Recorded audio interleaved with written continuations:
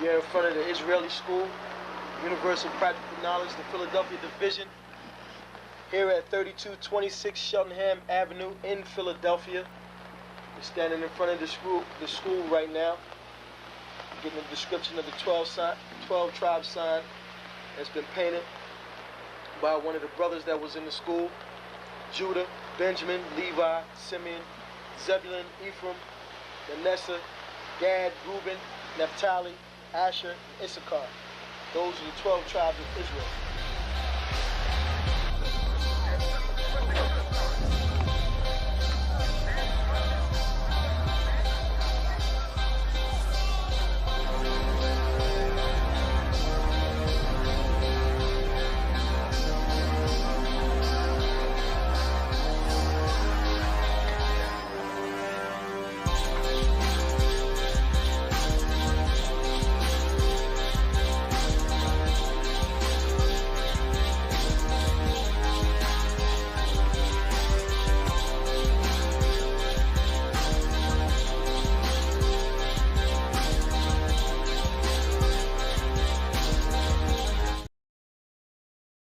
We're in front of the Israeli School, Universal Practical Knowledge, the Philadelphia Division, here at 3226 Cheltenham Avenue in Philadelphia. We're standing in front of the school right now, getting a description of the 12 tribe sign that's been painted by one of the brothers that was in the school: Judah, Benjamin, Levi, Simeon, Zebulun, Ephraim, Manasseh, Gad, Reuben, Naphtali, Asher, and Isupk. Those are the 12 tribes of Israel.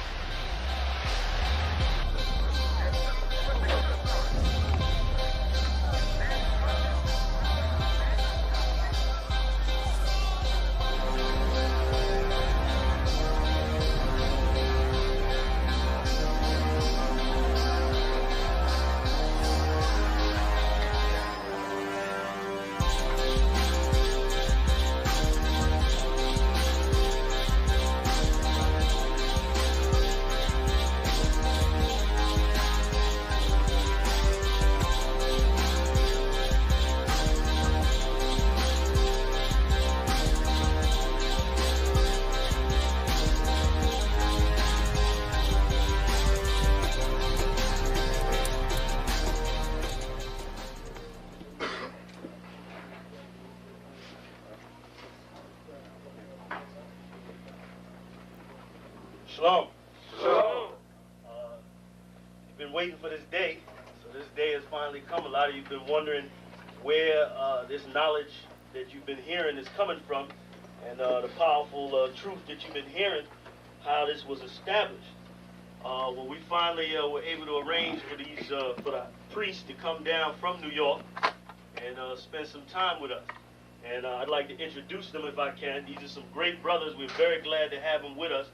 We want to make them feel as warm as possible, because this is their work and the extension of their work and what they've laid down some time ago. I'd like to introduce, first of all, priest and Sixth Shield General, 4th in command in the nation of Israel, Lahab. I'd like to salute this brother. Macho! Barak!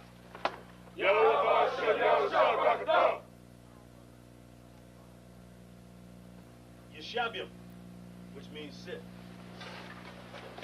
And I'm going to turn it over now to Priest General Lahab. Water, brother. I'd like to say this, starting off, we're very impressed at your school here, and we're very impressed to see that the brothers and sisters in Philadelphia think enough of the Most High and the Bible and the truth and your nationality to be a part of this, because most of the brothers and sisters are running from the truth.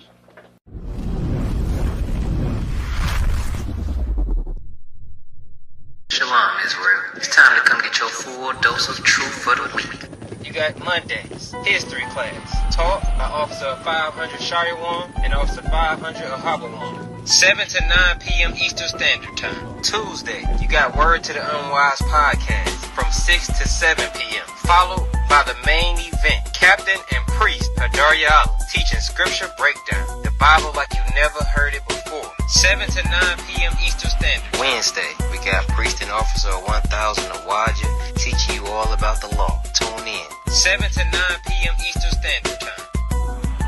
Thursday, you got myself, Priest and Officer 5000 Kazak Moth, joined by Priest and Officer 500 Barak Yah, teaching you the Brotherhood class from 5 to 7 p.m. Friday, learn to speak in the Holy Tongue, the Lashawan Kodash class, taught by Officer 1000 Katab. 7 to 9 p.m. Eastern Standard Time. Shalom. This is to all Israelite groups and all Israelite communities and all breakoffs from One West and breakoffs from breakoffs from breakoffs from breakoffs. No matter what rainbow uniform you wear, red, white, purple and white, all white, it don't matter.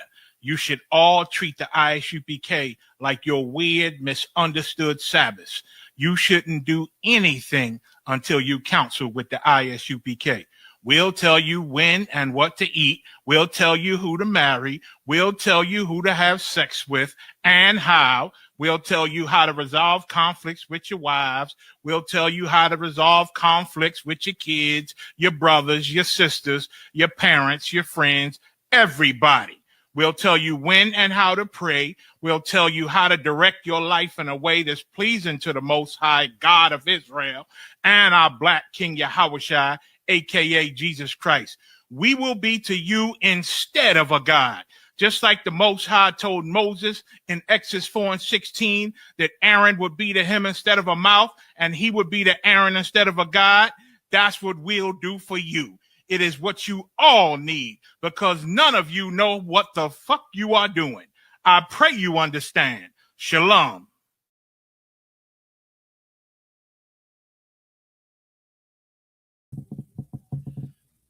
Hey, shalom, Yahweh Shem Yahshua Baraka Thumb to the Akim, shalom, Yahweh Shemar Thumb Shem Yahshua to the Akwathian.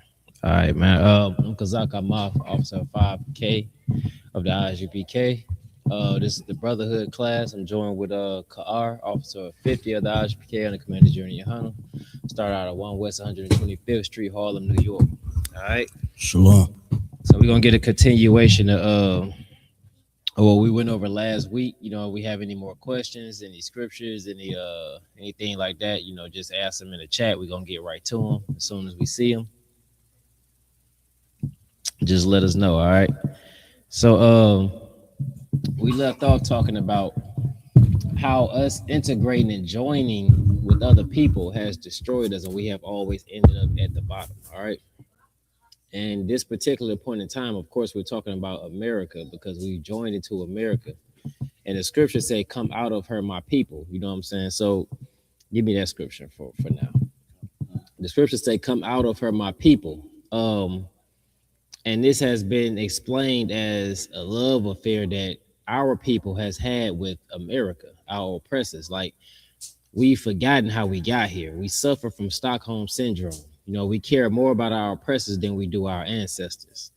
For all the blackity blacks that come into our ancestors, y'all talk to the ancestors and do all this spiritual stuff for the ancestors, but the ancestors have yet to tell you how you have betrayed them by joining with the same people that destroyed them. You know what I'm saying? That did treacherous things to them throughout history. All right, read that scripture you got. This is the book of Revelation, chapter 18 and verse 4. And I heard another voice from heaven saying, come out of her, my people. I heard a voice from heaven saying, come out of her, my people. This doesn't mean like how that one group decided to go to Africa and realize it ain't the place to be, and then some jumped ship and some got stuck over there. This ain't talking about running out of the land. It's talking about not joining yourselves with them spiritually, not joining yourselves with them physically, not joining yourselves with them at all, really. You know, you start to celebrate their holidays, and you couldn't tell me anything you celebrated before your slavery. Before your people went into slavery, what did you celebrate? You joined into Christianity and claimed to know the Bible and claimed to know the God of the Bible, claimed to know Christ. Tell me what day of the Bible that's in the Bible have you celebrated or do you normally celebrate? You won't be able to name none. Everything you celebrate is of your oppressor. And that's the absolute truth, you know, and people like hate to hear the truth. All right, keep going. Come out of her, my people, that ye be not partakers of her sins. That ye be not partakers of her sins. Notice that the more we mend ourselves with America and America's ways and the spirit of America, we become everything God said not to be. We have to have a brotherhood class now to teach you how to be a better brother, to teach you how to be a better sister, to teach you how to be better children to your parents, because your oppressor has completely destroyed your minds. You don't know how to love your own people. Why? Because you are of your father, the devil. He hated your people, so therefore you loving everybody, you're going to end up hating somebody unknowingly. You understand? It said, come out of her, my people, before you be partakers of her sins. One sin that you have fully taken control of is hating your brother. It happens all the time. People are afraid to stop at gas stations.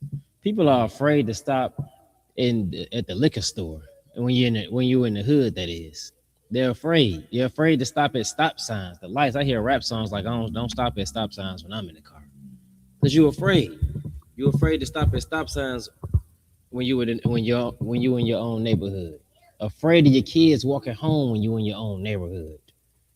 It's a damn shame because we have learned to hate each other and look at each other as if we are nothing. All right. Is that it on that? Or you got something? Anytime you got something, just tune in. No, I was gonna say what you're saying is heavy, and the topic is heavy itself because, you know, as you've seen, the more and more we integrated with these people, our oppressor, we have found. Stop.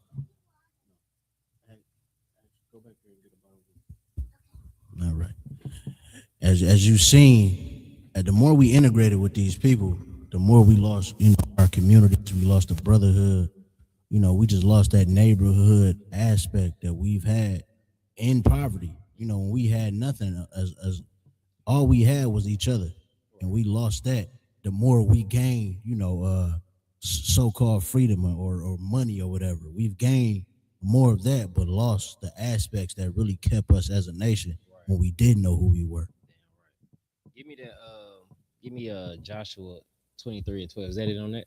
It's just last bit. It says, "And that ye receive not of her plagues." You receive not of her plagues. We received of every plague America had. The Lord continues to hit America with plague after plague, and you're joining in to receive these plagues. You understand? Like COVID plague, HIV plague, AIDS plague. What else we had? Monkeypox plague. These plagues has been around since during our lifetime. Lucky, there's a new one that's coming out, the hantavirus. The hantavirus, that's the one with the rats. God. Yeah, go ahead and get your cruise tickets. Right. Get rid of the cruise for cheap and around the world for damn near nothing, damn near free, because the hantavirus is unaliving everybody on the goddamn boat. Right. All right, the gas might go up, but the prices of cruise ships is going down. It's going to be cheaper to get to the Bahamas than it is to get to work. Because the hantavirus is finna plague all of these people who thought that this was their rest. The Bible said this is not your rest, but it's going to plague a lot of you people who forgot all about the Most High God and thought your money was going to save you. Thought you was going to cruise the world and be all right while war was going on. The Lord can reach you anywhere. All right. But yeah, they say you can't throw rocks at the sun, but the Lord created the sun. All right, so he can throw the sun at you. But you said Joshua 23 and 12. Read that.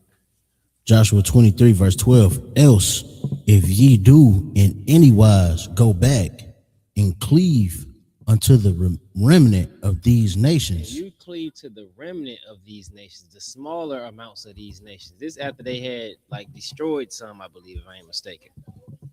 Even if you go back and cleave to the remnant of these nations, go ahead.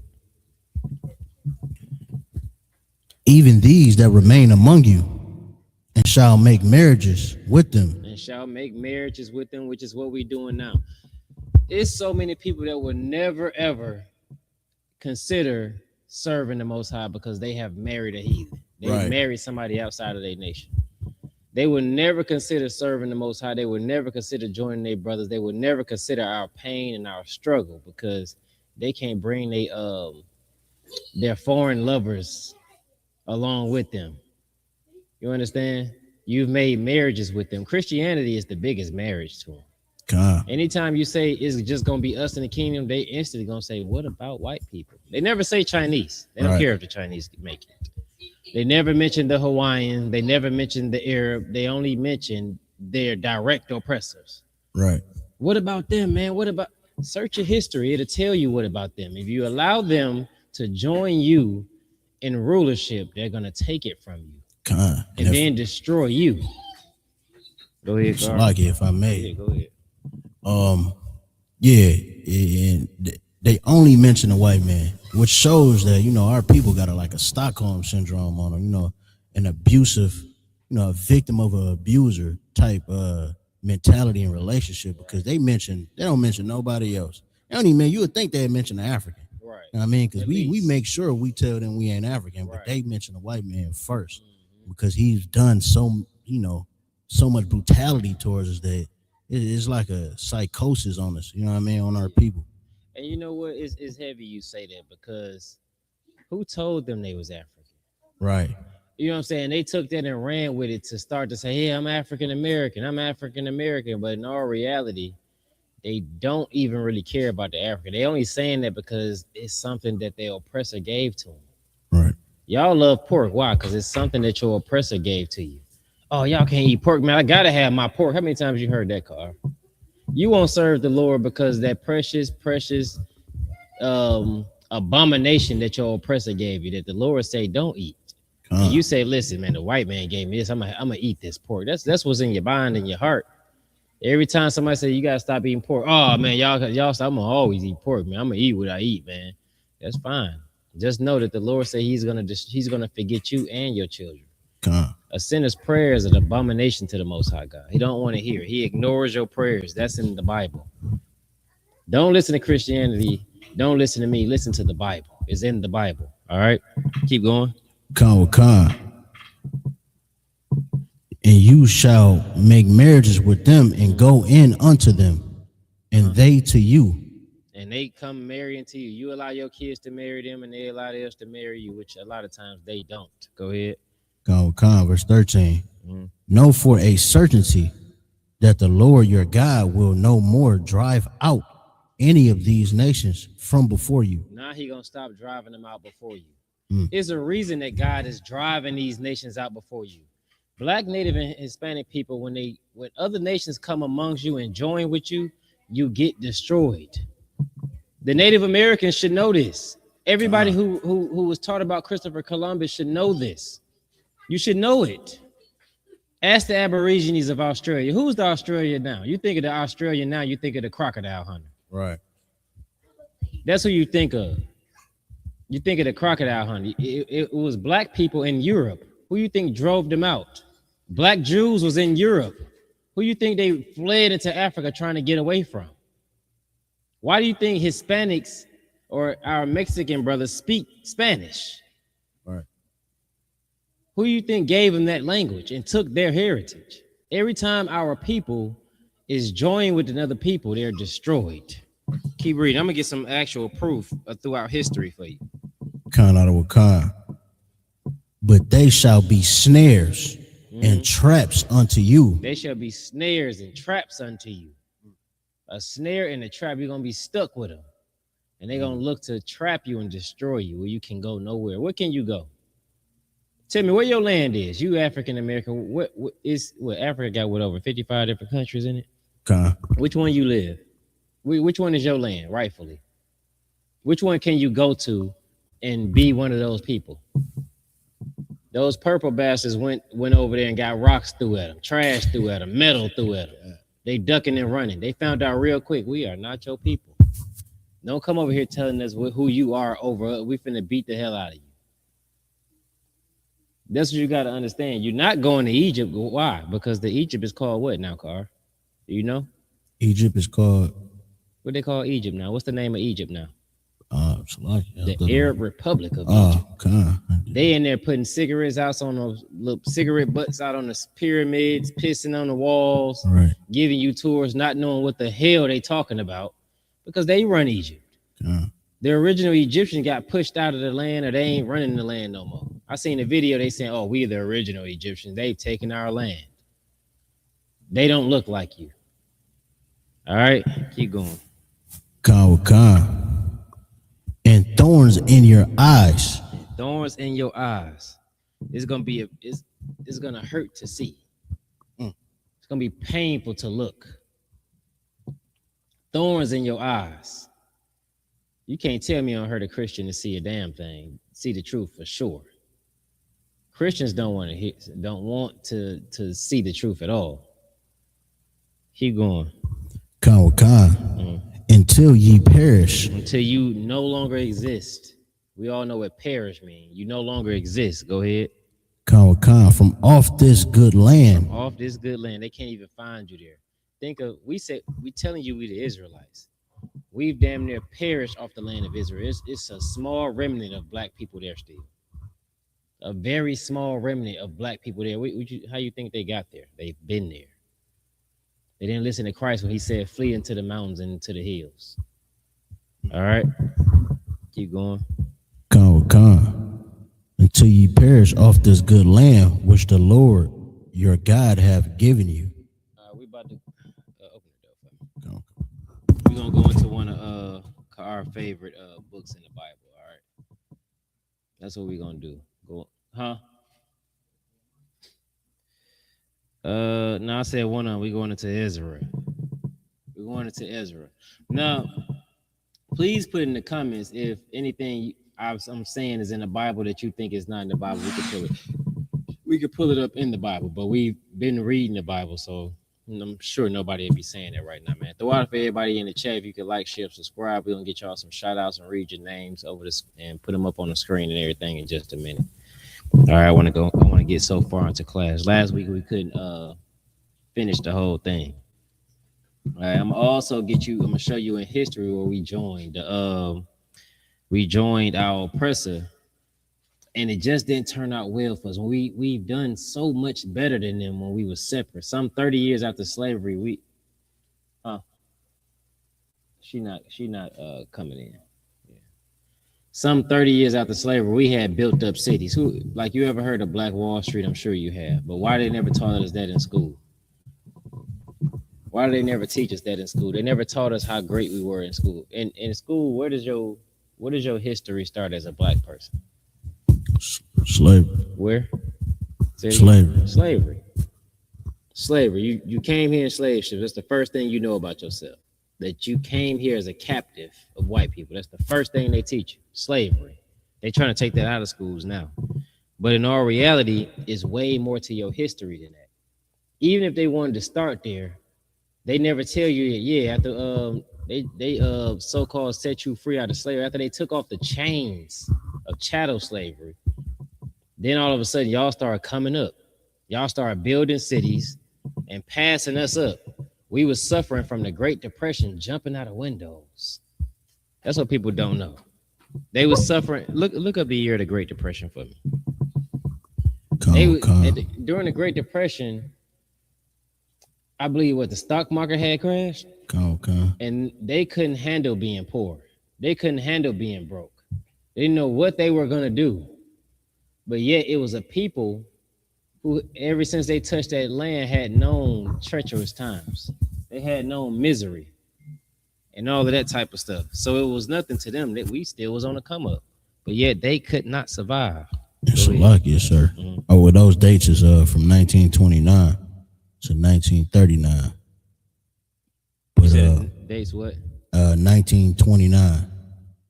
It started October 29th, 1929. And they started a war after that, World War II.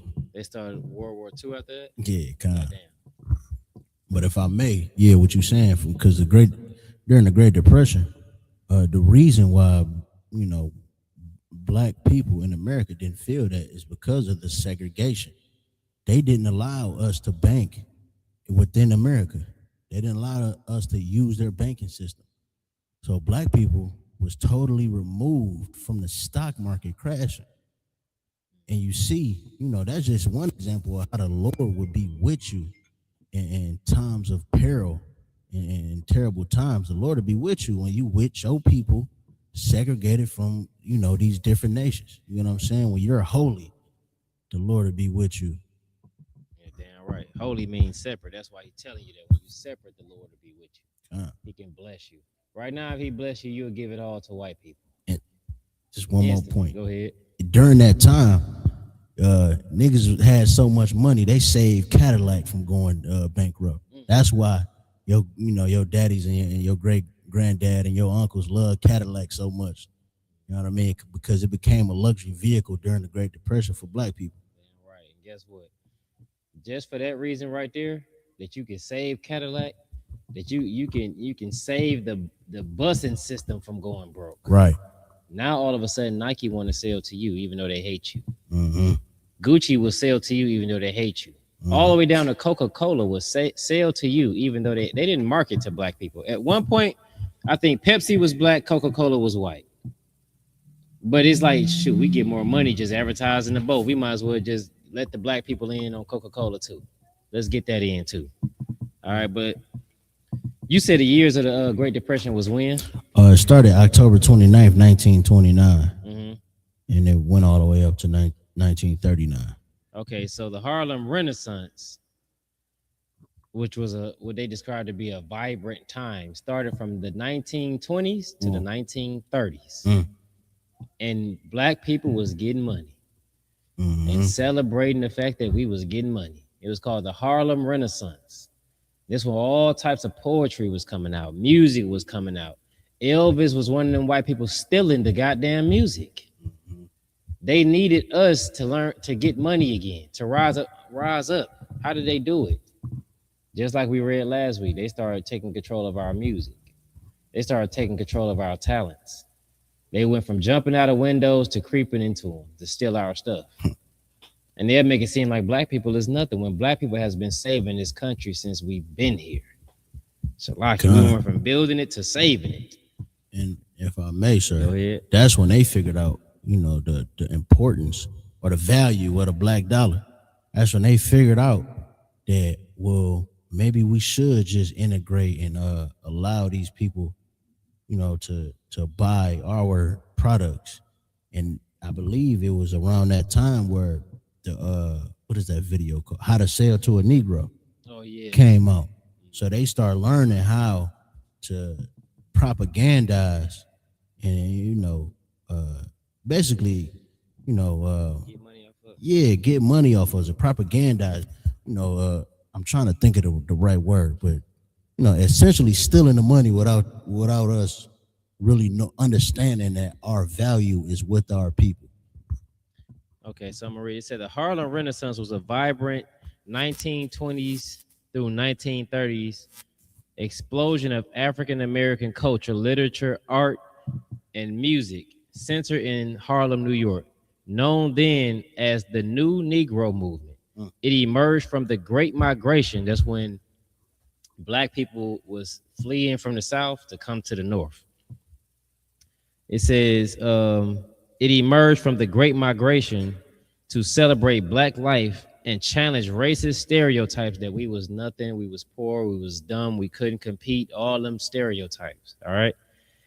Redefining African American identity and laying the foundation for modern black art time period, roughly spanning from the end of World War I, which was in 1917, through the 1930s, peaking in the mid 1920s. Origins: the Great Migration brought hundreds of thousands of African Americans from the rural South to northern cities, with Harlem becoming a major destination and cultural hub.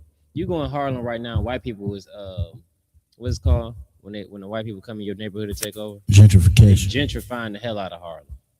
It's Starbucks everywhere. Harlem was the spot they went to go steal music. Elvis wouldn't sound. They make Elvis seem like what they call him, the king of rock. The king of pop, I believe. Elvis? Or maybe rock and roll. Yeah, King, maybe. I think rock. he was the king of rock and roll. But he stole it. He stole his style. He stole his goofy way of trying to do our dances. Yeah, she came close, man. Oh, rare. The goofy way of trying to dance like us. He stole it from black people. They came here and they tried to make it theirs. Whoever seen the movie Cadillac Records? The movie Cadillac Records. I'm the motherfucker. Yeah, you the motherfucker. With Beyonce and all them in it. That's just a preview of a white man seeing our talents and then using it to get rich off of us, and then later acting like we wouldn't shit. They give us pennies on a dollar, literally. You get 1 cent for every what was it album sold. They would get 1 cent and all this. They would make millions, and you would make what, thousands, hundreds of thousands, tens of thousands. Some artists made absolutely nothing. So like it, that's not far off from what's going on today. It's not. With the streaming service. Like they give you like 1/10 of a penny to the play or whatever. Like they and if you look at who really did it, it was Jay-Z with Tidal. He really sold, time and time again, he is selling us out. Oh yeah, I've seen videos of him selling us out. They got videos of him in boardroom selling us right the hell out. NFL. He stopped that protest, you know what I mean, when they was moving together. Yeah. And when you really look at the music thing, so lucky, when you really look at the music thing, when he started Tidal, he got a few major artists to really back him and gave them like owner rights of it. But that started the whole streaming. That brought the artists in to stream because he gave them the owner rights. So that influenced them to be like, all right, well, yeah, we'll do the streaming thing because we got to get owner rights off Tidal. Yeah. I've always said Jay-Z was a goddamn sellout. Everything he do makes me believe he's a damn sellout. So is his wife. All right. So when you look at these different things, which I got more, you see the time span and it matches right up. And they all come to make money off the backs of black people. You understand? So that was heavy what you said about Jay-Z. I'll be forgetting about him. Man, he is in every major thing. When we start to rise up in industries, it gets somebody, and it's usually him. He's involved somewhere. All right, so one, give me Israel as a homeborn slave. A homeborn slave. That means this is a slave that was born right here in your backyard. That was born right in the backyard. What's that dog name, Pfeiffer? Little puppy? Milo. Milo is a homeborn puppy. He was born right there in the yard. That's the same thing. Milo is the example of what a homeborn slave is. Instead of him back there, imagine a human back there. That's a homeborn slave that you can just go back there unchained and say, hey, we need you to clean this yard up. We need you to rake and mow the lawn. And after that, we're going to feed you and put you back up. That's a homeborn slave. All right. That's all it means. It means you just a slave from here. First, slaves came from elsewhere. They needed ships. But after a while, they was just able to just grow you like crops, breed you like puppies, cows, and chickens, and all types of stuff like that. Right now, Jay-Z is a homeborn slave. Christians are homeborn slaves. They do everything. Shit, some of y'all are homeborn slaves. That's why Christmas seems so great to you. Halloween, Valentine's Day, and just being a part of the world because you are a homeborn slave. Homeborn slaves drive you to do anything they want you to do because it looks sweet. It look good. It look cool. It look whatever the hell you want to call it. All right, go ahead. Khan out of Wakan, Jeremiah 2, verse 14. Is Israel a servant? Is Israel a servant? Jay-Z is. Without a doubt, Jay-Z is a goddamn servant. It's why he's able to get so rich. It's why he sold out Dame Dash. It's why everybody that was around him just all automatically vanished. Where the hell is Big L? You understand? That brother passed away. Jay-Z didn't give a damn, but he raised Jay-Z up. But he will step on his brother's neck for money. How do I know this? Because he shot his brother over money. His parents' child, he shot him over money. So we know he don't give a damn about you. All right? And Salakia, scriptures say, for the love of money is the root of all evil. For the love of money is the root of all evil. It's the root of all evil.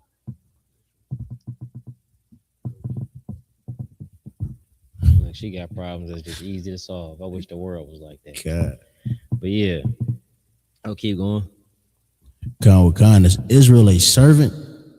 Is he a homeborn slave? Mm-hmm. Why is he spoiled? Why is he spoiled? Y'all look at Jay-Z. Is Jay-Z spoiled?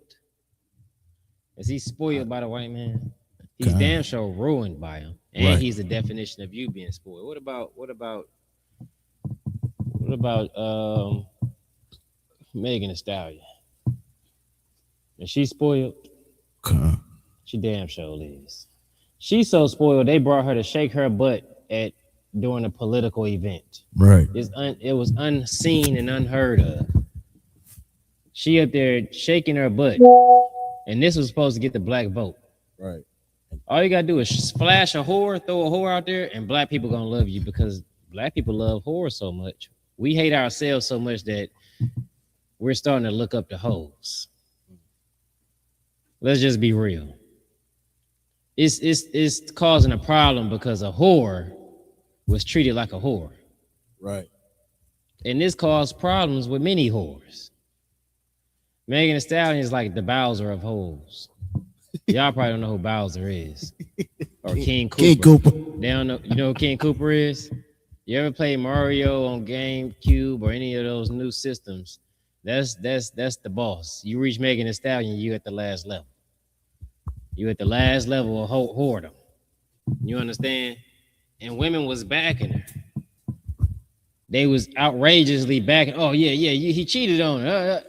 What the hell value does she have? Salakia, sir. What value does she have to make somebody want her? Who has wanted her so far? Nobody. She talks and raps about her being a good time. So guess what they coming for?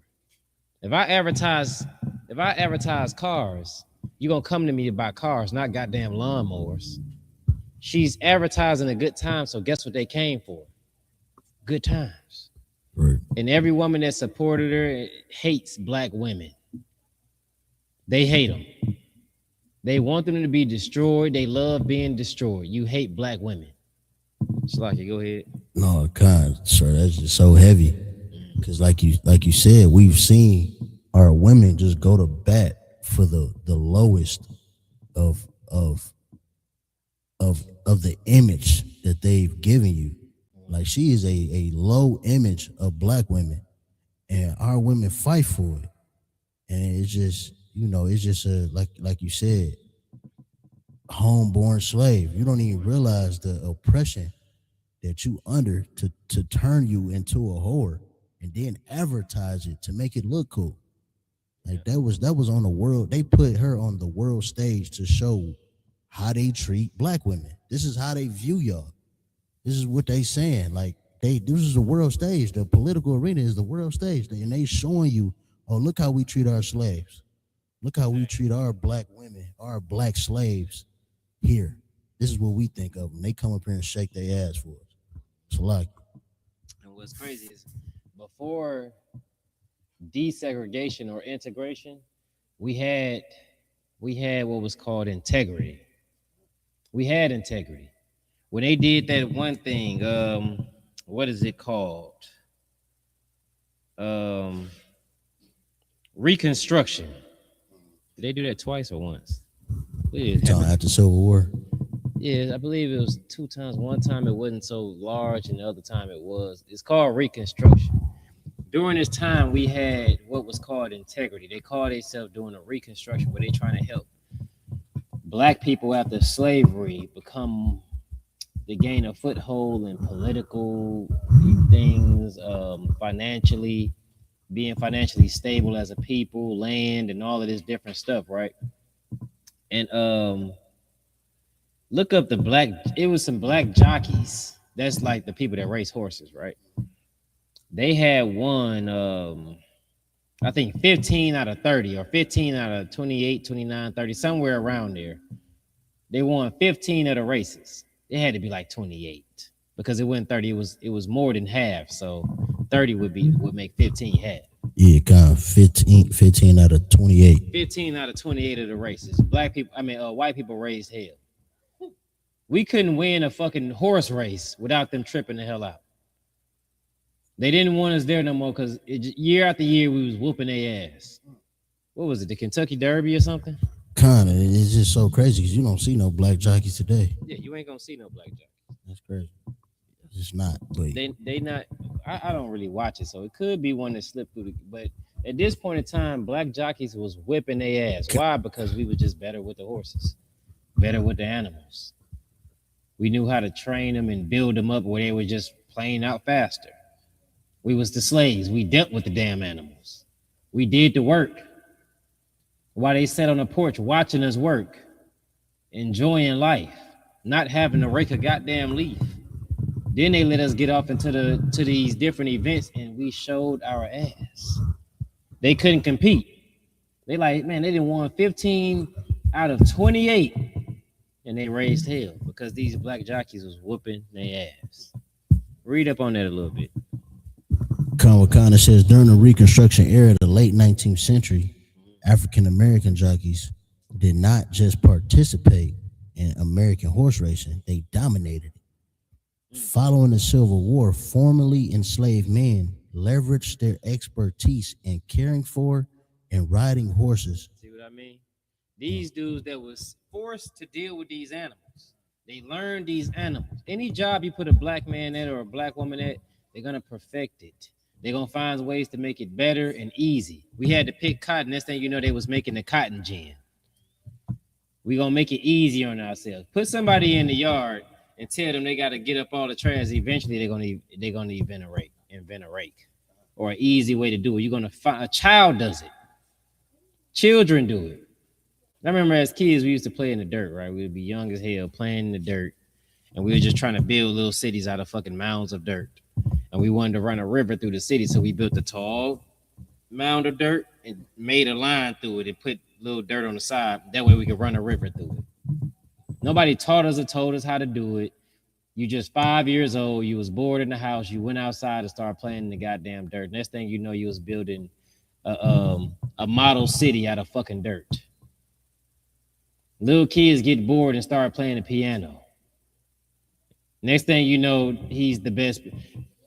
You have to look at it like this. Like the Bible said we are the salt of the earth. We give the earth flavor, but you can't do that just remaining the same as everybody else. You have to be something different. It's something in you that just say, I'm just gonna do it like this. I'm gonna put this right here together.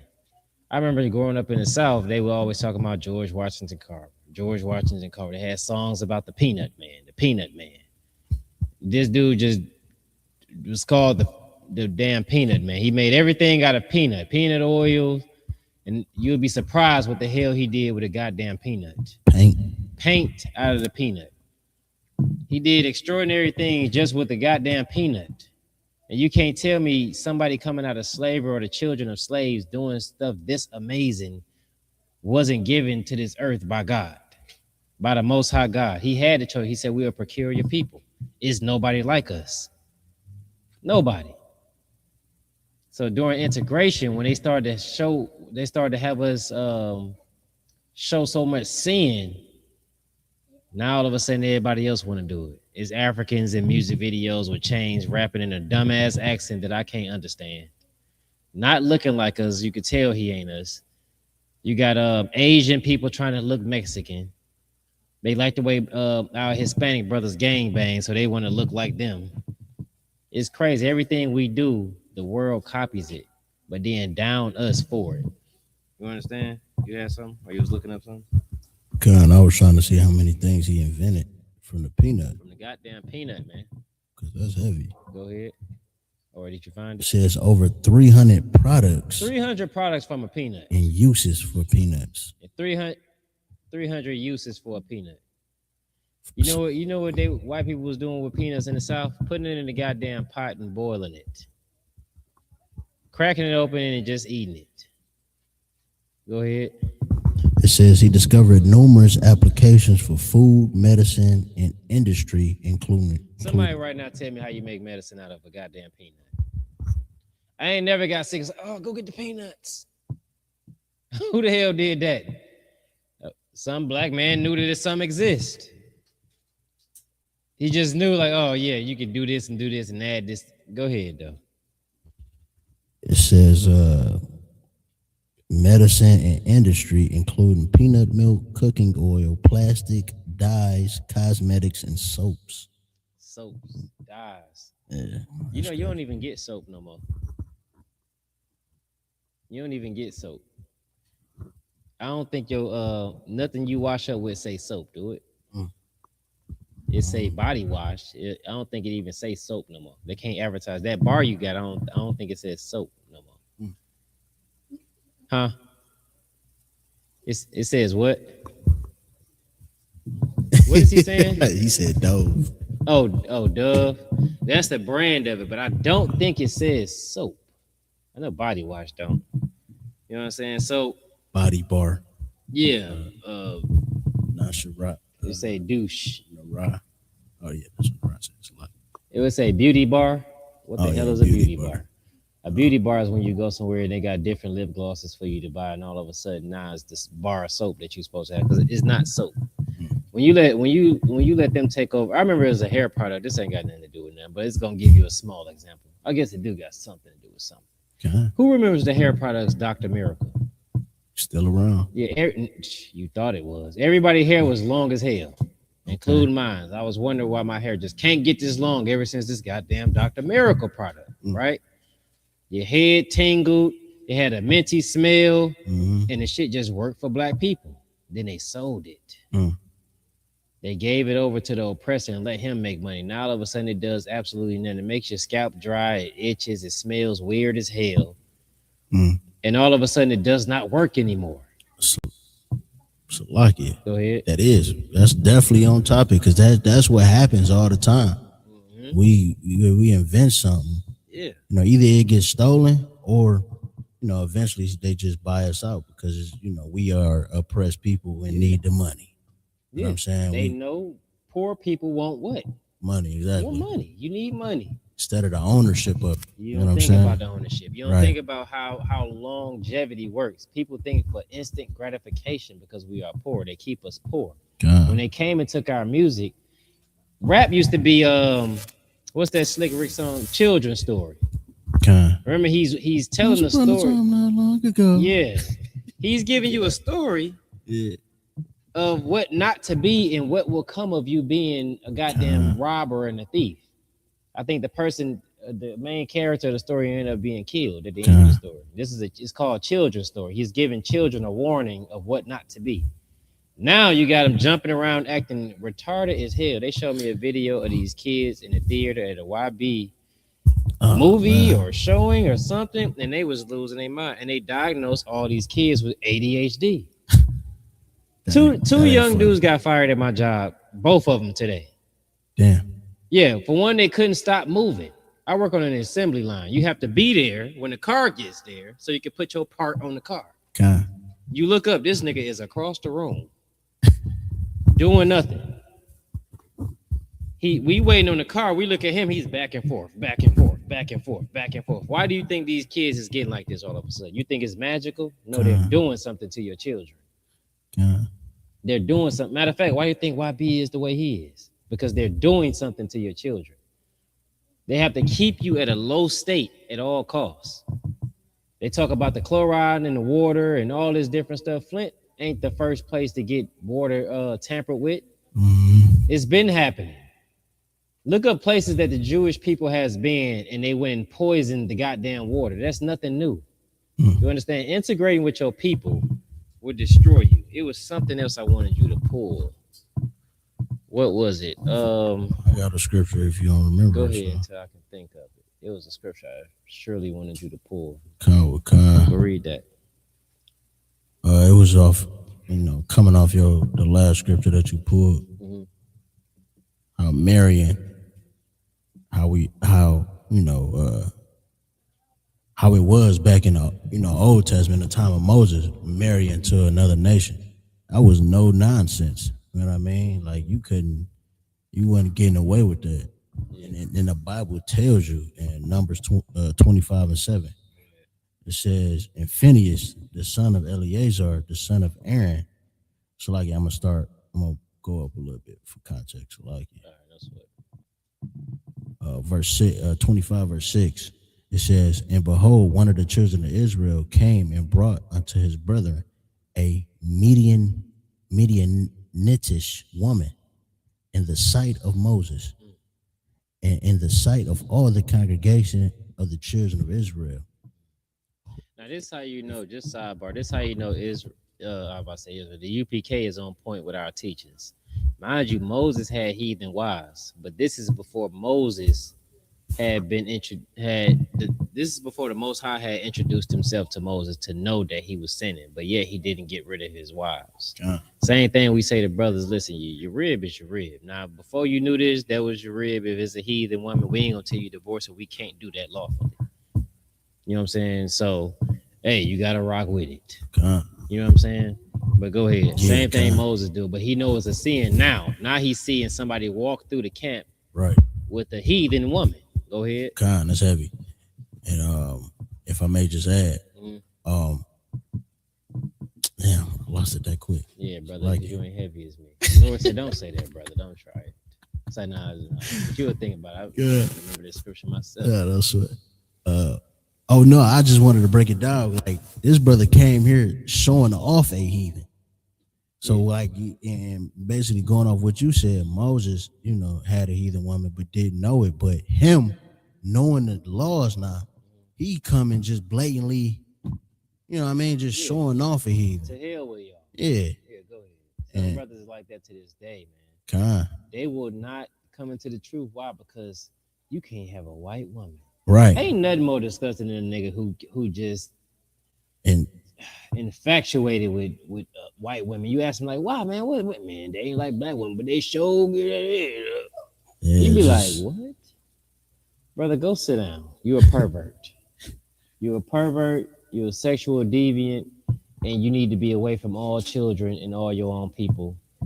Go away. Get away, far away from me.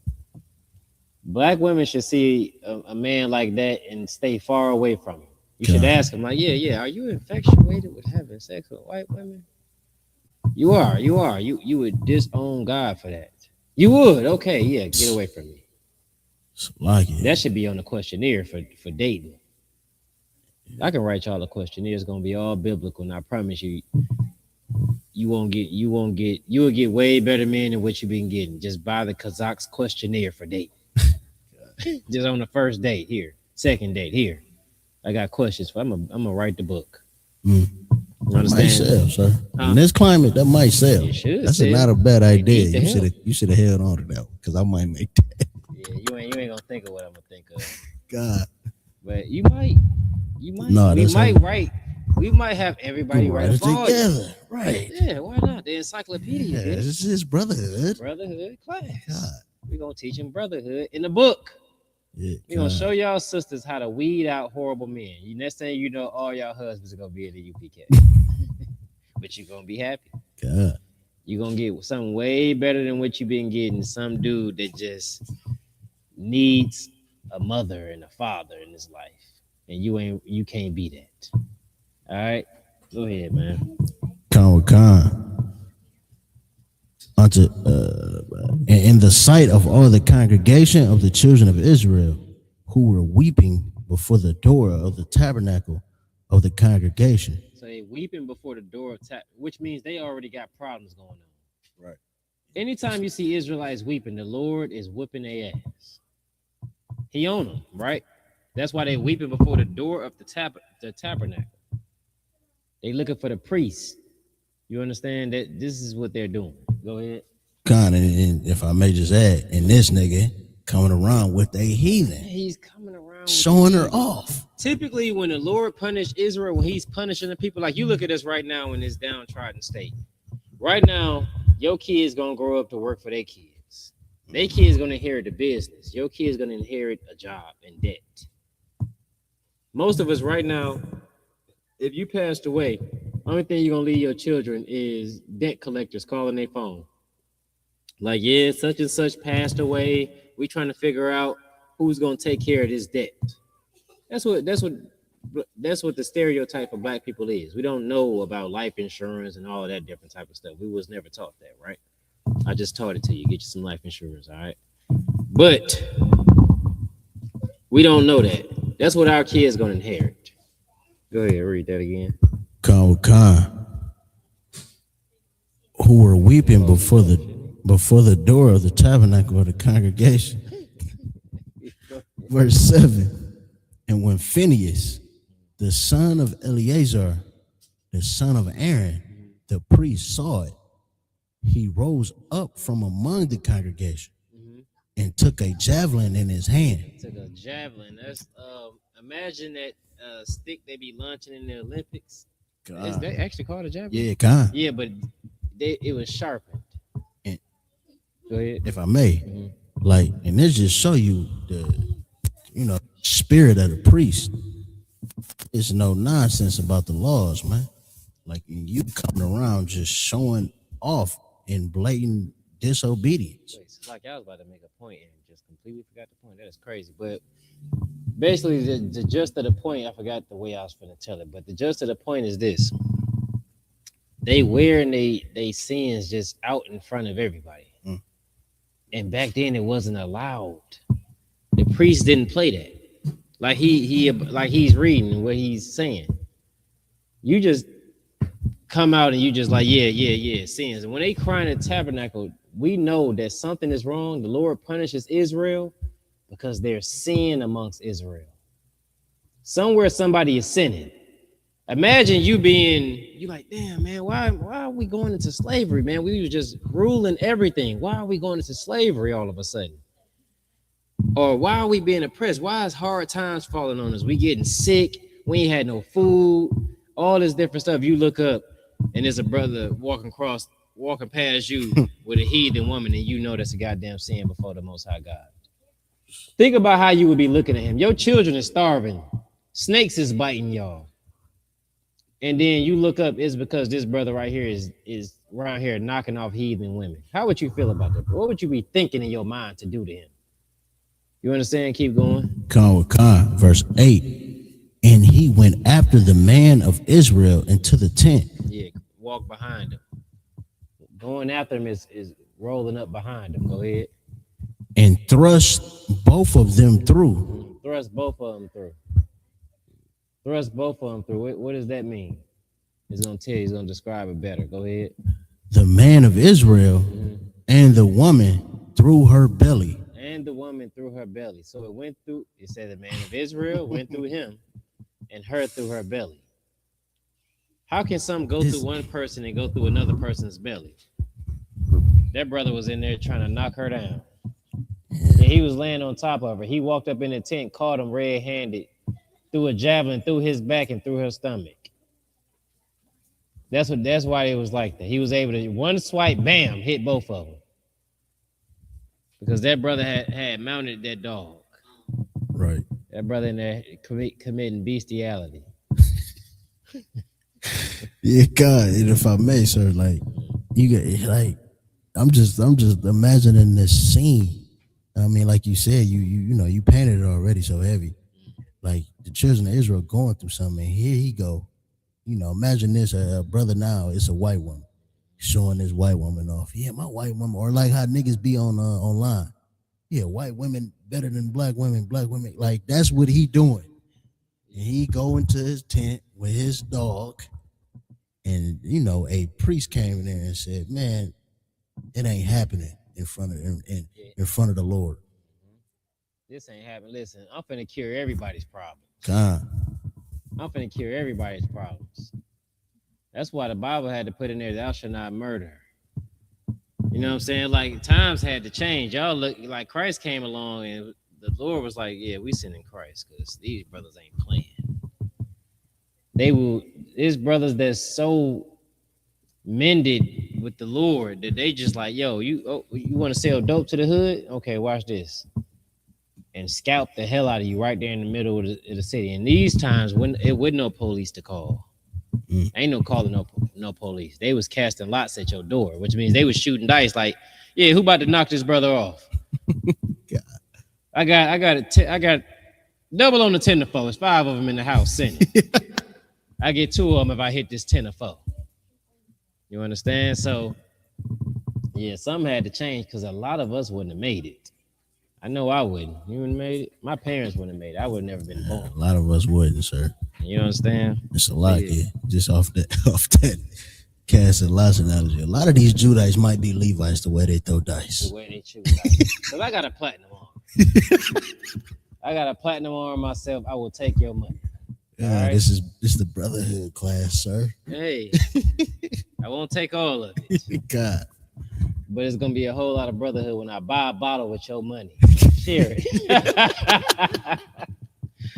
Ask the brothers. God. I will take your money after casting lots, buy a bottle, we're gonna drink your pain away. God. With your money. All right. So next time don't gamble with Isupk. Because guess what? You only getting about $40, $50 out of me. I'm not going home and explaining to my rib how I lost the house gambling. You gonna walk away when they start winning? Yeah, as soon as you start winning your money back, I'm gone. And that's where there's no law, there's no sin. Because that ain't no brotherhood. Yeah, you gave me this money, brother. I didn't tell you to gamble this. I came in here with $5. And somehow it turned into $150. I gave 40 back. That's brotherhood. You can get home. You can get gas money with that. All right. God. But yeah, give me in the scripture where it say they require a song and a dance, or they require something like that. Because if you think of what they saying, they brought to you in the Harlem Renaissance, art, music, dance, all this different stuff. They learn how to, what's this called when they propagandize? Is that when they make money off of it? You monetize. They learn how to monetize our style and our way of life. They monetized us. They used us as cattle, something you can make money off of and get the country back in order. It was called the Great Depression. This wasn't 1 or 2 neighborhoods, 1 or 2 cities. This was the Great Depression. Everybody was depressed. Everybody. High suicide rates. And we over here got the nerve to be dancing, singing, painting pictures, drinking. Damn, I wish I could have been. Buying Cadillacs. Buying Cadillacs. Cadillacs. It was so fire, they made Cadillac records. Man, they made Cadillac a luxury vehicle today. Man, please. Black people save Cadillac, man. Man, hey, listen, my pops talked about Cadillac. He had a Cadillac when I was younger, man. I used to love to just roll in it because he described that Cadillac to, so, man. Listen, I love the Cadillac because of how much my father loved that Cadillac. God, and that was the history from it. Yeah. Because now I know. Yeah, like that's why your granddaddy, your uncle, and all them love Cadillac. You know what I mean? And because it was seen as a luxury vehicle, while these heathens is in the trash looking for bread and crumbs, we driving around buying Cadillacs. They've had longevity. God. You seen the Cadillac? God. You ever seen the Cadillac truck? That mug about 150 now. Man, listen, you walk up to it, the little steps come out. And it shines a light on the ground for you. God. I'm telling you, check it out. Just Google it. God. Cadillac truck and all the features of it. But it's just it's sad that that's not a black owned. You get what I'm saying? Nope, not black owned. It was black, saved by the black dollar. Yeah, if they had any type of decency, we would at least own Fruit of the Loom or Hanes. God. They gave black people nothing. They took from them everything. To this day. And to this day, we give them all our love. What come and say we just gotta love them a little more. There's no way in hell you could be a threat to my children and I'm gonna love you. God. I be damned. God. Having children should push you. If you got black children, it should push you right into the truth instantly because you know what they're about to go through. God. All the time I look at them and be like, listen, y'all gonna have it rough because you can't even tell what's a man and what's a woman. They telling you right now you need to be in touch with your feminine side. So like, yeah, your boys in here, they here like, that's all that nigga do is talk. Yeah, I ain't playing with it. I fear for my sons. I'm not gonna lie to you. God, same. I let them know what I need them to know, and that's it. You understand? Shit, I met my rib sons. It didn't take long. I tortured them as well with my words. They gotta know what I'm telling them. You understand? Like, I was fortunate enough not to have gay sons. Oh, son of Christ. Yeah, can you imagine getting a rib and her son is gay? Now you gotta keep him away from your son. The Lord bless me. All right, everybody's solid. Everybody. I can get a big van and drive to Texas with everybody in the van, and I ain't gotta look in my rearview mirror to make sure the little sick one ain't fucking with the other ones. That's gonna piss a lot of people off, but I don't care because that's how it is for me. All right. I will not date a woman who has a. Let me shut up. I'm gonna shut up, but I won't. We know what I was about to say, and I'm not playing. I might have to get counseled for that, but that's what I'm gonna need. All right. Only ones that's acting like girls around me is girls. That's it. Everybody else, I'm gonna torture you. When you get in trouble, I'm gonna chastise you, and I'm not gonna care about your tears. I'm gonna make you stop crying. Ask my oldest son and my youngest son what I used to tell them. Hey, listen, you did the crime, brother. I don't want to see your tears after you get in trouble for it. Man up. You know what you did, and you knew what was gonna happen. You failed. Huh? Nah, y'all niggas used to be crying right then and there, telling me that's before the tears. Yeah, you used to be crying. Sean cried all the time. Yeah, but nonetheless, man, the Lord bless me. All right, read that scripture though. Khan, this is Psalms 137, verse 3. For there they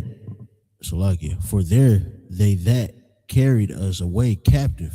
You gotta say it right. For there, they that carried away us captive. Khan. Yeah. For there they that carried us away captive required of us a song. Same people that carried you away captive. Hey, you see how heavy the Bible is? Read where you at again. Psalms 137, verse 3. Is that the Old or the New Testament? Oh, sir. Old Testament. And it's saying what? For there they that carried us away captive. Same people that carried us away. Who carried us out of a land captive? Just, you ain't got to answer it. Nobody got to answer it. Just, we all know, right? The youngest of us know this. Those that carried us away captives require what? Required of us a song. Require of us a song, Megan Thee Stallion. Jay-Z. Beyonce. Rihanna. King Von. Dirk. YB. What's the other one? Lil Reese. For some reason, I've been going down a rabbit hole of drill music. It was another one, Little James, Little something out of Chicago. He's a little terror. He's unalive too. He just went to go. I don't know what I was watching, but this came on and I couldn't. What is it? Lil Jeff. That's the one that went to go unalive another brother and got unalive. That's him. They try to tell you how old you is because you said James. Lil James. Lil James. Lil Jeff. All I know is it won't be my little sons. God. I'll punch them in the back of the head before they think they finna go on a drill, anything. My kids probably afraid of jail. They be afraid of me putting them in the corner. Listen, I'm gonna tell you how to punish your kids. Sidebar. Be afraid. When your kids become teenagers, put them in the corner. Put their ass in the corner like they're a 3-year-old and leave them there. Doze off, take a nap, and wake up and be like, oh, you still in the corner? Brother, go eat. That's how you punish your kids. Yeah, just forget about them. All right? Just forget. Yeah, the water. Where I was at? Ranking order. You gonna give your daddy a card. Where's my card? Oh, it's funny now. Give her a mic. What'd she say? What'd you say? That shows. Who is it for? Car, show the world. When your sister was a baby. Come here. She in the middle of a speech, brother. She not trying to come here. All right, what you say? Why? What? Who card is that? That's my sister's. Why you give it to? Who is it for? My sister? Oh, you just was giving it to your dad? Yes, because I was playing with my sister. Mm-hmm. That's Okay, it. cool. All right. The water. I thought it was you was giving cards out. Ranking order on the cards, all right? But yeah, what was we at before you magically got gifts? You was talking about Read the song in the Kawakai. I probably Psalms just took it way left. 137 verse 3. For they that required us carried Salakia. For there they that carried us away captive required of us a song. They required of a song, right? The songs back in the day used to be just Negro spirituals. I've seen plenty of shows where white people sing Negro spirituals like they was happy as hell. They don't understand the pain of it. They don't understand the misery. Why? Because us joining to them had been the best thing ever for them. But why was these Negro spirituals so sore and so painful and so heart-wrenching, and you could feel the pain in your soul?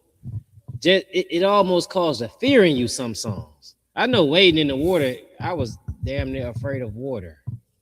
I don't want to wade in the water because that song sounds like somebody is in fear or pain, or I didn't understand that it was just a message they was giving each other. Or that I was born by the river. I was born by the river with a little tent. That song right there, I'm like, damn, I don't know why this song make me want to cry. Yeah. This song is you can feel the pain, but for some reason your oppressor heard it and it made them happy. Your pain is their joy. And it always have been. Your pain is their joy. Joining with them destroys your people. It destroys you. That's why your son think having a white woman makes him something great. All right, when it's disgusting. They're disgusting. Your son laying with something that catch fleas, that get lice. How disgusting is your son? You all right, bro? Go ahead, read. This is Psalms 137 verse 3. For there they that carried us away captive required of us a song. Required of us a song. Up to this day, we still singing. Megan Thee Stallion, all them different people. At first, it was Negro spirituals. Go ahead. And Wait. The church has got a book full with songs from Negroes. What is it called? A what book? Act like y'all don't know. Start with an H. hymns. A hymn book. It's a book full of songs from Negroes in pain. And Shalakia, they put on that white mat, the gloves and the. You know what I'm talking about? You know what I'm talking about? I know you're talking What about. are you doing? That's miming. Yeah. Oh, yeah, spirit dancing. Yeah. You ain't getting the mic back, sis. What you forgot It to ain't say? happening. You gonna give her the mic? What? Back, bro? No, let's see what she got to say first. She ain't got nothing to say. She just like the mic. We go. You just wanted to hear your Give her voice the other again. mic and turn it off. Take the batteries out. Okay, we in class, baby. Yeah. All You right. can't interrupt the class, little sis. All right, go wipe your nose. You want a All right. hug, man. Give your daughter. This is brotherhood class. The brother try to act gangster all day until his daughter want a hug. You gotta hug her and get her down, brother. So you would never read again. She's gonna take all your attention, all You're right? gonna kick me out the class. Yeah, Salakia, y'all. So wait, read that again. We gotta get back on track, Salakia. Con. For there they that carried us away required of us a song, and they that wasted us required of us mirth. What did it mean in the hood when somebody said, "Yeah, I wasted him"? Actually, I don't think it was the hood. It might have been the Italians that said wasted. Con. Yeah, same I thing. think so. They required of us what? They required of us mirth. Give me that definition of that word, mirth. Con. They required of us mirth. So they required of us song, Got but they you. also required of us mirth. You got it? Con. That was fast. Go ahead. Amusement, especially as expressed in laughter. Amusement expressed in laughter. We had to make them laugh. You're a court jester. You're something to laugh at. Trust me, if you pay attention to Captain Desegregation and then these rooms he be in with these Jewish people, they're laughing at black people. They laughing at us and saying, you guys destroy each other. Look at you as a people. You're nothing. They saying it in chats on Clubhouse God. openly. We don't have to argue with them about who's the real Jews. We don't care what he's trying to prove out the Bible. Look at them. They're killing each other and they're proud of it. Right now, two teenagers start fighting over who better. Which drill rapper is better? They choosing sides and fighting over it. People they never met, they're ready to kill each other because of it. And the Jewish man knows this. This what makes you look like you're nothing in front of men of other nations. This will make you look like you know. This is why it's important to get in the UPK, your kids getting the UPK, your men getting the UPK, because otherwise they're gonna grow to be absolutely nothing. Absolutely nothing. And if you're anything like me, I keep it real with mine. If you grow to be nothing, then you're nothing to me. You grow to be nothing, you're nothing to me. I blaze the path that way you should follow it and make it better. One day I was taught that the one man in this world that wants me to be better than them would be my father, right? But I realized as an adult that it would be your spiritual father the most. Your spiritual father the most wants you to be better than him. That's real brotherhood. Somebody who's pushing you to do better than them. Cap Hadar has taken zones in Ohio, Detroit, Canada, and he's telling us to go out and do the same thing but better. He's like, listen, man, if you want to do this, you got to go out there and do this. You could do way better. You got the skill to do this, this, and this, and this. Anyone you call a father in this world is going to want you to be better than them. You can either fail them or you succeed with it. Simple as that. A child is that cannot succeed in becoming something better. Back in the day, in the Old Testament, they just say, just put them to death. They're useless. Put them to death. Give me the scripture where it say like, rejoice not, my nigga. He know. Rejoice not. There's nothing to be happy about. My kids used to ask me, who's your favorite? Who's your favorite? What did I say the last time, Sean? Yeah, nobody.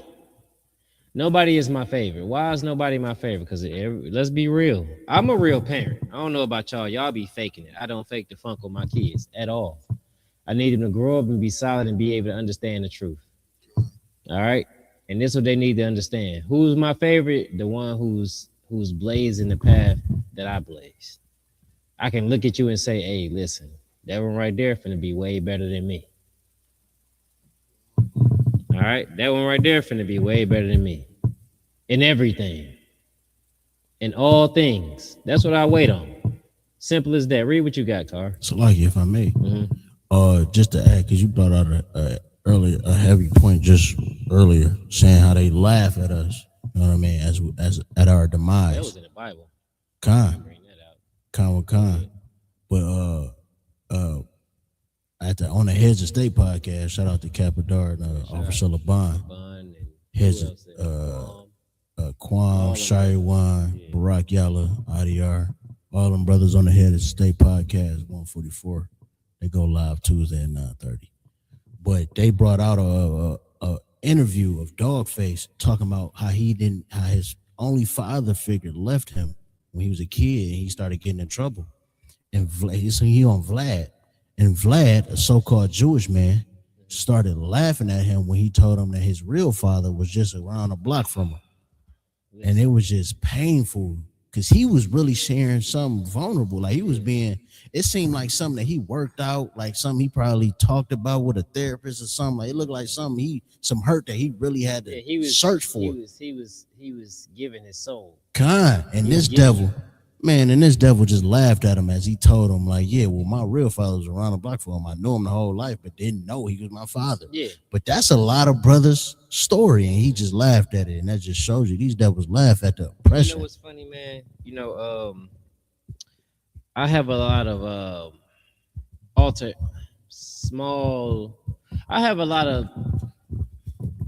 I don't know if I want to call them altercations. I think altercations or disagreements with Jewish people where over the internet they feel brave enough to tell me about my people.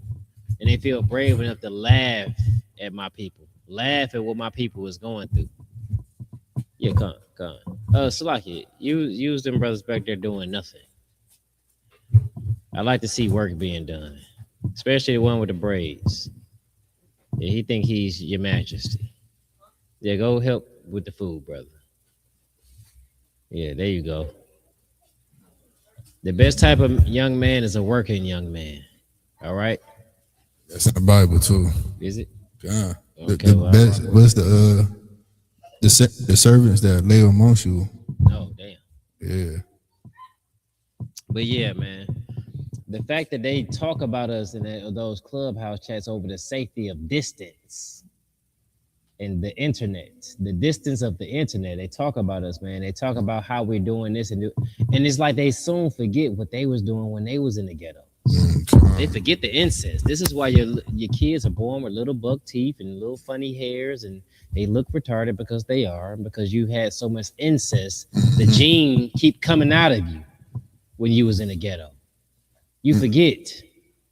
They tell me they was gas showers and they was doing all of this and doing that. You forgot they was actually washing you the hell up because you stink so goddamn bad. Right. You understand? Don't come to me talking about my people and what we go through because of your people. Because of your people, when your people hate you so much that they keep kicking you out of countries.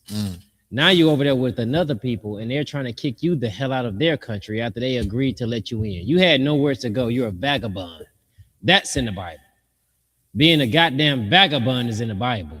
So, Lakia, let me not get off subject. They required what you had, Carl. They required of a song and mirth. Go ahead. You had actually asked for Ecclesiasticus 16, rejoice not in the multitude of unrighteous you need children. to read that, Salaki. Khan. This is the book of Ecclesiasticus, chapter 16, verse 1. Desire not a multitude of unprofitable children. Unprofitable children. You gain nothing from these children. These children, those children who chose the world over the Most High, they chose the world over their father. They chose the world over their mother. Righteous people. Rejoice not in them. I told my rib the other day, I'm like, listen, you talking about basketball game? I'm not going to a game. I don't see them in class. They come into class, they sleep. I'm not going to a basketball game. I'm not a parent that will say, hey, listen, these kids and be rushing to do something of a child and not of the Most High God. I'm really not. And I ain't faking the funk. I ain't joking. They will tell you, this is me every day. Anybody who knows me knows I ain't playing when I say this. I won't show up to a goddamn scrimmage. I don't care. What they be calling them, deadbeats? Yeah, I'd be a deadbeat before I accept something less than. I don't give a damn. I don't care what the world thinks. I don't care what a child thinks. I don't care what my rib think. I don't care. You can be a man of the Most High and show me that you're going somewhere with that, or it's just, hey, listen, you turn 18, you go on about your day. I'll make a new kid. Salaki. I'm not with all the sensitivity of children. Why? Because that's real brotherhood. Why would you raise something that's to be destroyed? Why would you raise something to be hated by the Most High God? Why? We watched that video with Cap. He talking about his son who was born prematurely. That's your first warning. That was the Most High God showing you, hey, listen, I'll reach out and touch you and your child. And you still run around here talking nonsense that you want to love the homosexual community. I'm not loving them. I'm not accepting he's and she's. If you want to be both, get the hell away from me, because you're going to be what the Lord made you to me. Salakia. And guess what? My children are going to tell you the same thing. Pfeiffer. And what the brother is bringing up so heavy is that, in the Bible. Oh, so like, yeah, brother, you need to move all them shoulders out the way, sir. Yeah, I've been working out. Okay. What the brother's bringing out so heavy, in the Bible it says, I'm just paraphrasing that, if you put mother or father above me, you are not worthy of me, or children. He who loves mother or father more than me. God. Yeah. You know what I'm saying? Good precept. Because you said good precept. Good precept. Yeah, because what he's saying is that you got to be walking this path just like me. You know, because I am leading the way. And I think that's another scripture. Raise up a child. Let me tell you. Raise up a child. Let me tell That's you another one. That is one. But let me tell you something. Reincarnation is in the Bible for those who believe in the Bible. These children in the path that you lead them on, this is pure brotherhood I'm giving you. This is charity. This is the love that you need, right? These children, okay, let me start over. Reincarnation is real. These children is going to give birth to you again. At the water. Get that to him. They're going to give birth to you again. You're going to come back and be reborn. You have to be serious about this truth. Why? Because I want to come back in the kingdom. I don't want to come back to another parent that's been sentenced to hell, to servitude on this goddamn earth. I'm looking for the kingdom. I want to one day, man. Listen, I had a summer job, right? We had to paint. We paint plantation barns on plantations. And one day we painted this house. And as we paint, trying to be able to make money to have fun during the summer, me and my homeboy, we looking to the right, and I bullshit you not. These oppressors' children is out there doing backflips off jet skis. They got little flotation devices in the middle of the lake. Just one jumps off a higher flotation device, land on the lower one, and bounce the other one into the lake, and they just having a good time. They ain't had to work. But here we are. We want to work. If you want to get that first car, you want to get anything, you want to get new shoes, you have to go work because your parents can't keep affording. The day they look forward to is the day you start supporting your goddamn self. And here they are, careless, Barack, y'all, carelessly having a good time. Working. They pulling up behind us. There's a little dock behind us. They pulling up on jet skis. It's like, man, you guys want to get in the water after you get done? Hell no. I want to go home and take a bath, man. We ain't got no clothes to be swimming. These ain't swimming clothes. And they, oh, man, just go to the store and get some. This store is down the street. Right. We can't afford to go spend. We working towards something. We can't just go in our pockets and go buy swimming trunks when swimming trunks cheap as hell. To them, it was nothing. Right. It's not our risk. This is not our rest. Perfect scripture. This is not our rest. And guess what? It's time to let your children know. You're the issue with generational curses. Generational curses go on because of you. It's your fault. Can I add to that generation curses before you? Oh, shit, man. Somebody didn't woke Barack y'all up. He came in here on one. Take off. You did. Take off. Oh, it was me? Yeah, you did. I'm going to eat. You know what? The generation curses, when I was brought up in the household, if y'all have anything to say about it, or if y'all heard these things, what I'm about to say, please add to it. What I was always told, or what was said in my household, we are, this generation curse. The generation curse can be something very small, like somebody's attitude, someone's attitude towards another family member. They not being here in family functions. I would say, being gay. That ain't small right there. That's not small. That's major. Or they not going to church. They not believing God. They not. But this is what they say. This is the curse that they say. Like we need to break this generation curse because of we not raising the grandkids a certain way like I was raised. You know what I'm saying? That's the generation of curses. But the thing is, the generation curses is not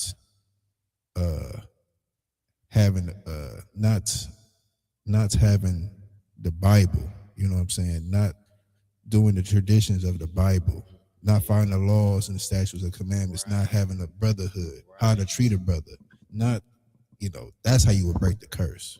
But that would, if I could. Generational curses being in goddamn servitude all your goddamn life and working hard to be there. Give me the scripture where it say, I seen princes walking. These are our generation of curse. We still walking on side of the goddamn horse while they're living high on the horse. There used to be a saying where they said he living high on the horse. I think they switched to high on the hog.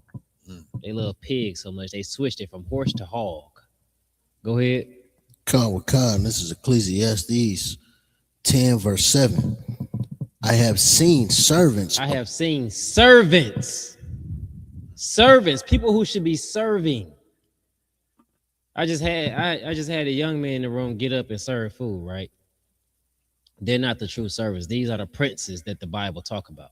This is the royalty that the Bible talk about. But because of generational curses, they don't see royalty.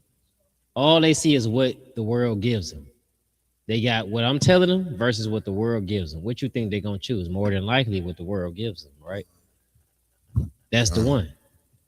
Everything the world say is awesome is what they believe is awesome.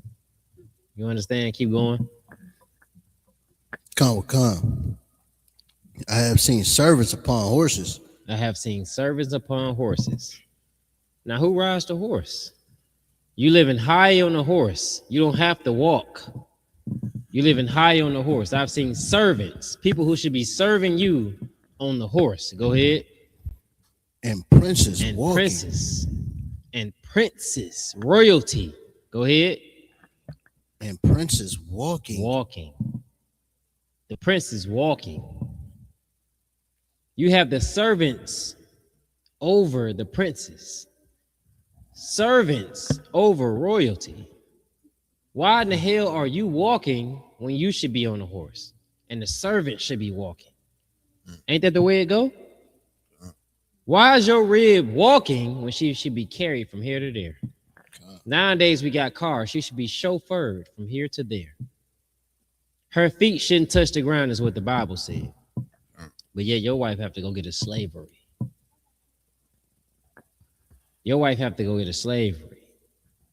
And these curses begin with what? What are we teaching today? What is these curses? They strong in us right now because we did what? Anybody know? It's in the title. Go ahead, Carr. We integrated. We desegregated. Now look at us. Chasing them. Go ahead. No, I think General Hyman was just talking about that of what's the word? Oh my goodness. I was just forgetting everything. When people integrate, throw us under the bus. You know, y'all was forgetting everything when I was watching the class. I caught the contagious bug. We all remembered though. We remembered. We both remember. So that means I'm gonna catch it. Is another word for integrated when desegregate? Nope. Join. Yeah, until you remember, we're gonna go somewhere else. Integrate. Yeah. I just named him, really. Yeah. That's another word for it. God but damn. you know, Barack Yah, he teach like pause. You gotta be able to decipher what Barack Yah saying. Mm-hmm. So what he asking you for ain't quite it, but is it. you gotta know Barack Yah enough. We gonna keep going until he think of it. You think of it, all right? But give me Google Black Rise and White Opposition during Reconstruction era. And let me know what you'll get. Read what you get. Because at one point, somebody somewhere in America claimed that they was trying to help black people coming out of slavery, right? But as we talk about generational curses, these oppressors that came here from other white of their own people oppressing them, they came here to end their curses, their generational curses, right? But they wouldn't finna allow us to end ours, because ours ending begins their curses. How do you know? Because the Bible said, it says Esau is the beginning of the world and Jacob is that which follows. The oppressor knows that he has but a little time. All right, so he gonna prolong it as long as he can. You understand? So it's times where they claim they was trying to help us get a foothold in this land, but helping us get a foothold when we passing you up without it, without the help.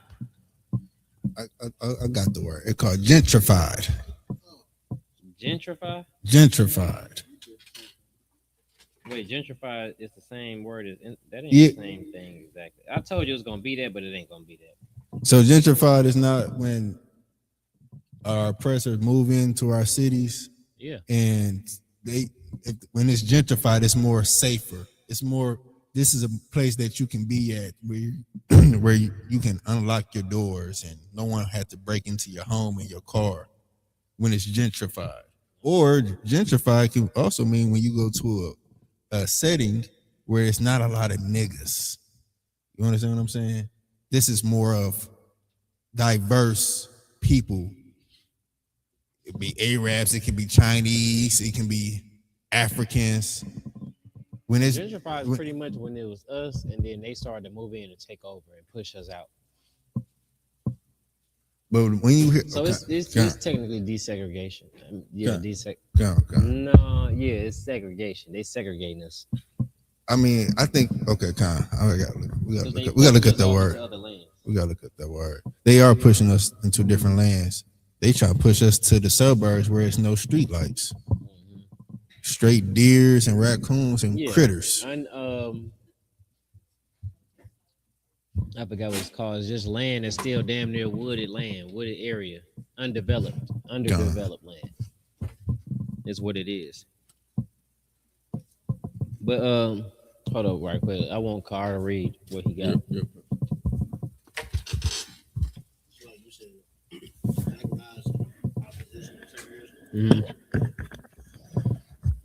It says the rise. Oh, let me share it.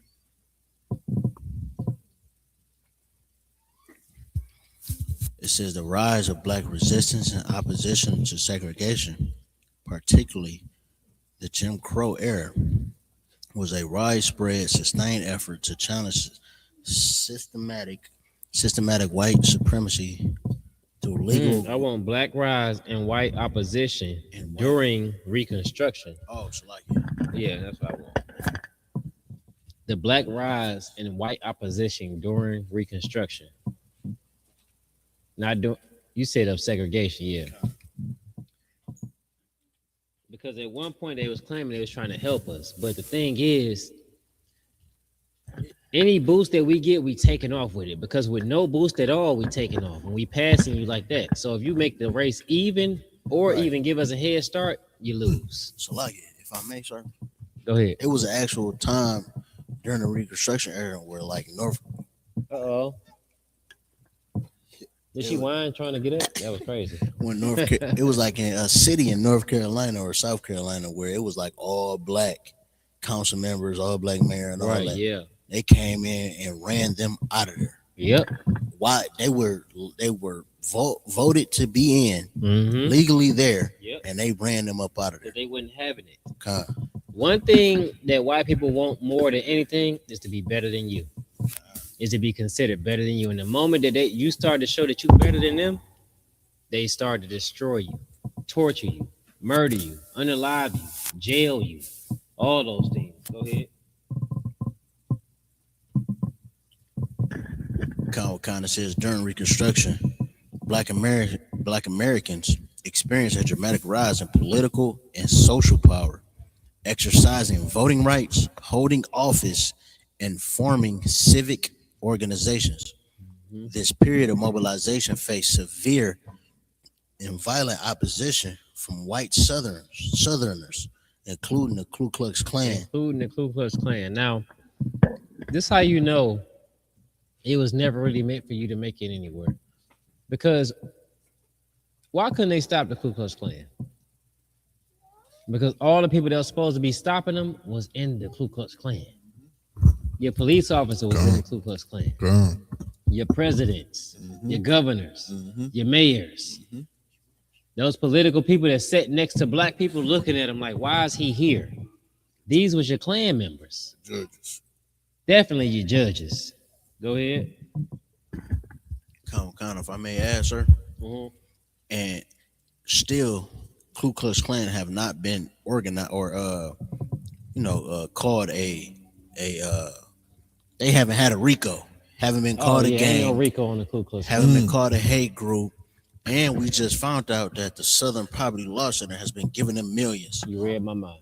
So The Southern Poverty Law Center, the same people that's supposed to be there to help black people, right, has been funding the Klan. Mm. Why? So they can give you something and the Klan can take it back. right. They can look like they boosting you up and the Klan can make it seem like it's, you just gave it up, right? So they faking the funk.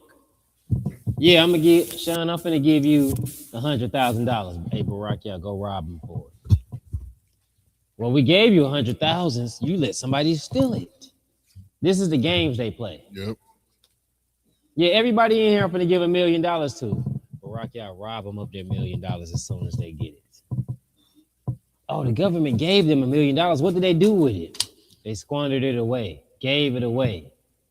You looked up, they didn't have it. They stole it from each other. And then they call it what? Propaganda. So throughout all history, it shows that these people has hated you. Give me perpetual hatred in the Bible. Yeah. They have hated you with a perpetual hatred. All right? And that's the thing about it, man. You trying so hard to join with them is like trying so hard to set yourself on fire, to burn yourself alive, to commit suicide, to ruin everything that you think you dreaming to obtain. Every time you try to join with them, Christianity, Islam, Jehovah's Witnesses, Buddhism. A damn job. Yeah. Like what the brothers are saying is so heavy. What you think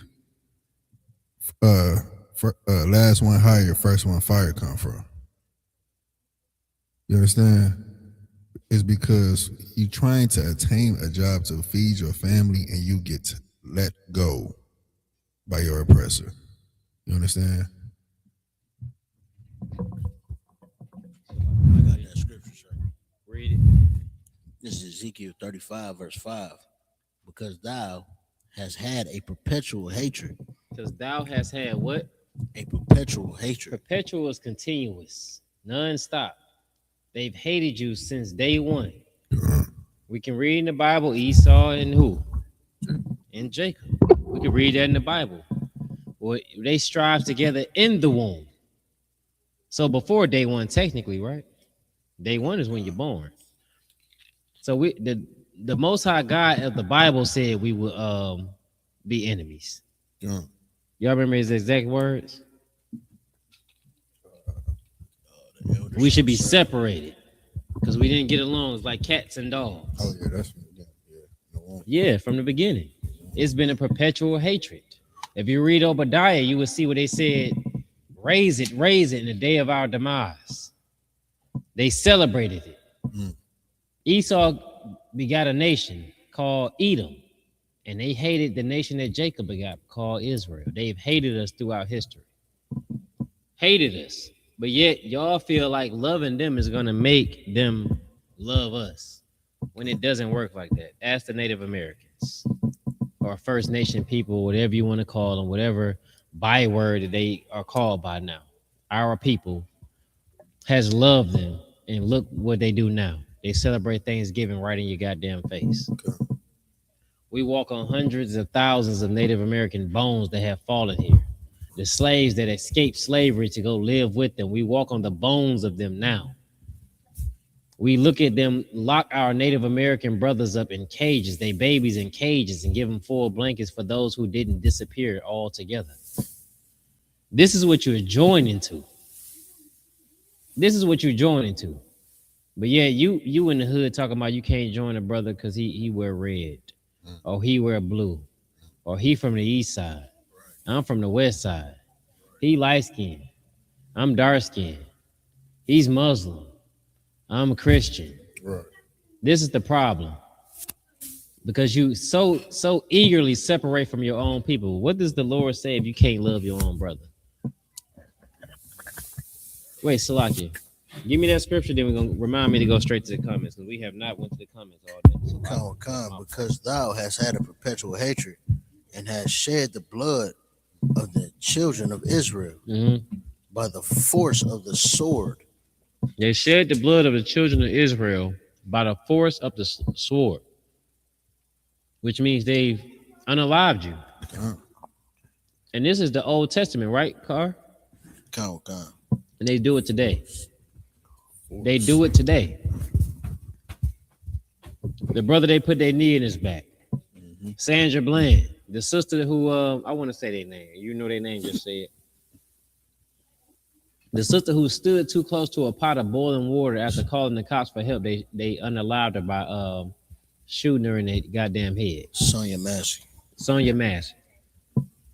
They still unalive you by the sword. Give me the scripture where it said they lay in wait. They hide in the hidden places, or they sit in the hidden places, or something like that. Everything the Bible is telling you can be added to the day. Looked at as the same thing today, because it is. They have not stopped hating you, but yet you keep joining to them instead of joining to your own people, figuring out our goddamn differences and moving forward in this country, moving forward in this land, in this world, on this planet. I'm gonna tell you something, man. If you haven't noticed, World War III is coming. Your children, they finna be taking them and sending them off to war, to the front lines, to die for a country that has hated them since the day they was born. Put them behind all of their own children since the day they was born. And what is your children prepared for? Nothing. What have you taught them? Nothing. But what your oppressor told you to teach them, to love this country. It's people right now in the army who the army hates. Look up how many black women perish in the army. Or S8 in the army. God, man, I know so many stories about that. Man, see how you reacted, brother. Man. All right. Because the thing is, sisters don't know what they signing up for. They thinking they sign up to get a job, to get security, and to get more discipline. But you going there as a sheep going into the slaughter. You know what I'm saying? Some sisters say, all what happened to him was getting harassed, getting yelled at, doing all these things, and next you know, the sergeant is in your bedroom. Man. Hey, you think you against the goddamn will. God, against your will, because you don't got no power. You a trooper, and you think you about to get raised up in the ranks or get promoted. Trooper. Yeah, I think that's the UPK. No. That's what they started as, a trooper. A private. Private. Which is lower rank. Well, what I'm saying is, and you a woman, you're not gonna have no type of voice in Esau's army or the brothers. You know what I'm saying? Brothers really become a Oreo, as I say. Try to. Oreo? Yeah, you black on the outside, but you white on the inside. You white on the inside. White in spirit. Right? You white in spirit. Oh, that was a heavy metaphor. That brother's dropping metaphors now. All right, then. But yeah, read the information you got, Car. Goddamn. Called him an Oreo. Oreo is crazy. Say, sexual assault in the U.S. military remains a significant underreported. That's issue. How you read. You got to push the point with the rise of your voice. Go ahead, keep going. Oh God. Significant. Underreported. They ain't telling nobody you got sexually assaulted. It ain't funny, Salaki, but they're not even talking about it. It's a hidden thing. Go ahead. Issue with estimated cases reaching roughly 35,000. They call it an issue. It's a crime. They call it an issue when it's a goddamn crime. Right. Go ahead. Yeah, 36,000. 30 what? To say 35,900. Yeah, that's 36,000. That's 36,000 in 2021, and continuing to rise despite increased prevention efforts. If I may, sir, Salakia, it ain't being prevented because the higher rankings don't want it to be prevented. Yep. You know what I mean, they don't want it to be, found out, because they just continue just to cover it up, just like the murders, just like the drug dealing, just like the weapons trafficking. Like, the military is the largest criminal organization. Now, you know what I hear when you read that? It says, go back to that part where it says, despite increase. Go before that. It said estimated cases reaching roughly 35,900 in 2021 and continuing to rise despite. Right. It says continuously going up despite the increase of prevention. Go back. What are you doing, brother? Despite the increased prevention efforts. It means they telling you they keep trying harder to stop people from being SA'd in the military, and they can't stop them. They can't stop these people from raping you, from graping you. They can't stop them. It won't stop. It won't happen. They can't stop them. All right. Salakia, don't. What's this? Don't. What's her name? Just a bigger one. Don't let her walk past the camera. They're unable to stop them from doing what they're doing to you. These people get you in here. You're separated from the world. Join to them, and they own you.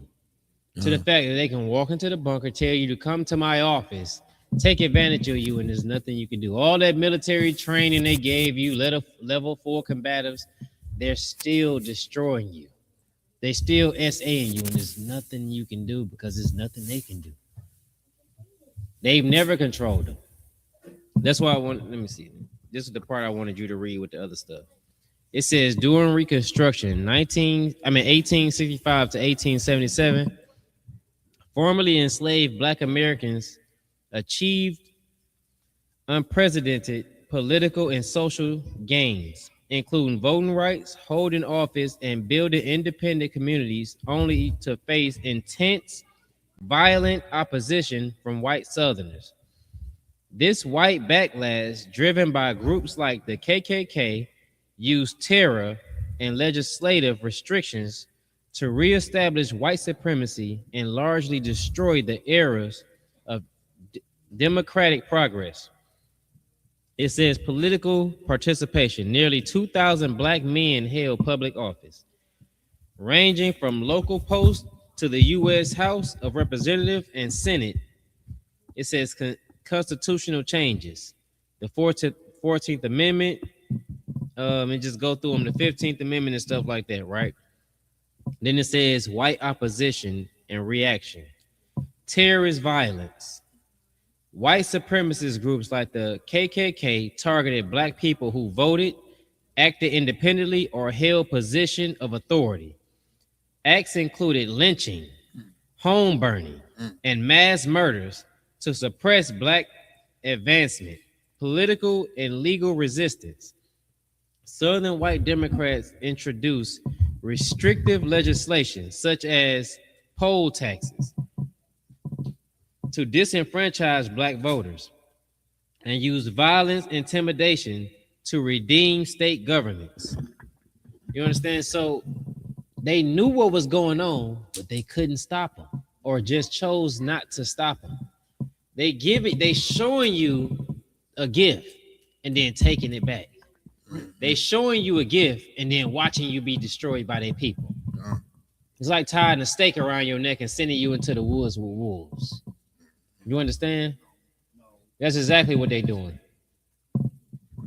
Give me in the Bible. Oh, you had some, Carl, before I take off? Con, I just wanted to add to that point because now you see a couple weeks ago the Supreme Court overturned the Voting Rights Act, which came out of all that, all those things that they were trying to make. So you're gonna see in the next upcoming election those same voting IDs, all the tactics that was used during that time. You're gonna see that come back in a lot of states.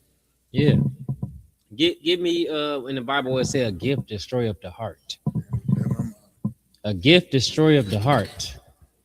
Y'all started to trust these people. In the UPK, we knew better. We ain't trust a goddamn thing but each other. You know what I'm saying? I trust my brothers. I trust my sons. I trust my rib. I trust the men over me. I trust the generals. I trust my sisters. I'm not trusting no goddamn oppressor. Right. I'm not trusting nobody joined to him. I don't even want you around me.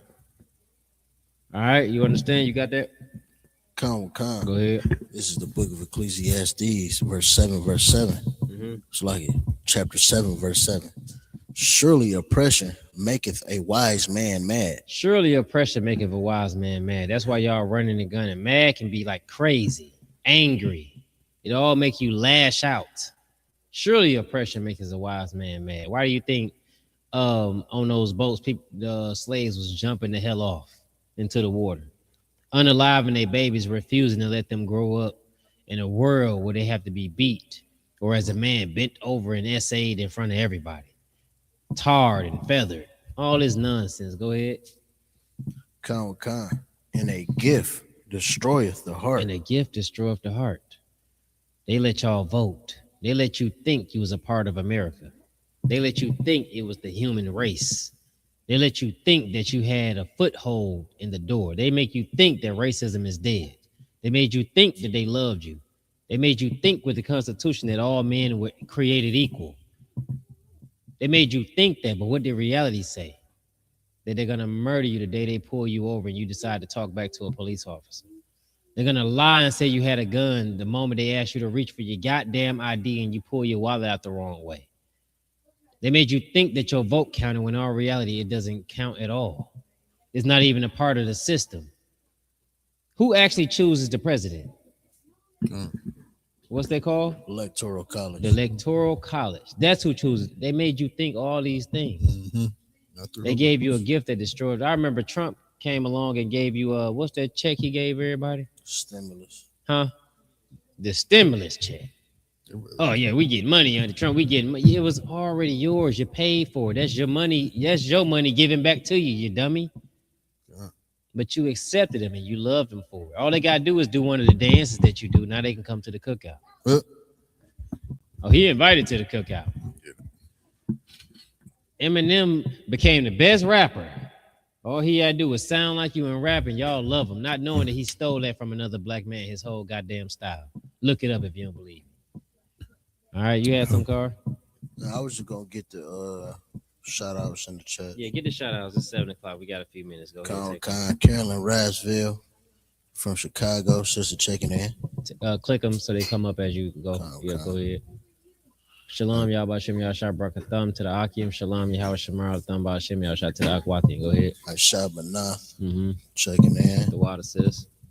That's Carolyn Rasville again with the proper. I appreciate you, sis. Shout out. Yeah, that's all me. My rib checking in. Yeah, shout out to you, sis. The water. Alina Shay. The water. I appreciate it, sis. Where's she from? Checking in from Southfield, Michigan. Southfield. What's her name? Alina. Okay, then. All right, then. Go ahead. Shout out to you, sis. Go ahead. Go ahead. Tazarek checking in. My nigga, man. The water. Come on. We got to go through it, man. My rib said it's like a new virus coming out every 6 months. Every goddamn 6 months, sis. So they have viruses coming out like new movies. Man. Yeah, they dropped Scream 7. We got COVID 7. I got COVID 21. Greg says shalom. Hey, shalom. The water for tuning in. Your rib check in. Yeah, we talked about it earlier. I think y'all had just got here when we was talking about it. Shalom. Keep going. Shalom from Live They come G. from rats. Hey, shalom, sis. Sister Shemayim. Miss Ribba Mashah. Black eyed peas and cornbread. Code is in the building. Go ahead. Trooper Koyam. Shalom. I think Nora was talking about the Cadillac. Yeah, Cadillac was the thing. Like her granddaddy had one. I mean, he was getting money. Sister, you call your car. Shalom, sis. The water for tuning in. Hope you shared and liked and everything. You want me to read all these comments from your rib? No, we gotta go. All right, shalom, Yahweh Shem Yahshua Barakatham. Shalom, Yahweh Shemar Latham Ba Shem Yahweh Shah. This has been the Brotherhood class. We gotta go. Shalom. Hey, listen, brothers and sisters, man. If you like what you hear, hit the subscribe button, man. Subscribe to this channel. And also, please Go to isupk.com and pay your tithe. Drop me some cash so we can move around this planet like we need to, man, and do the things we need to do. They're one West. They're one West. They're one West. They're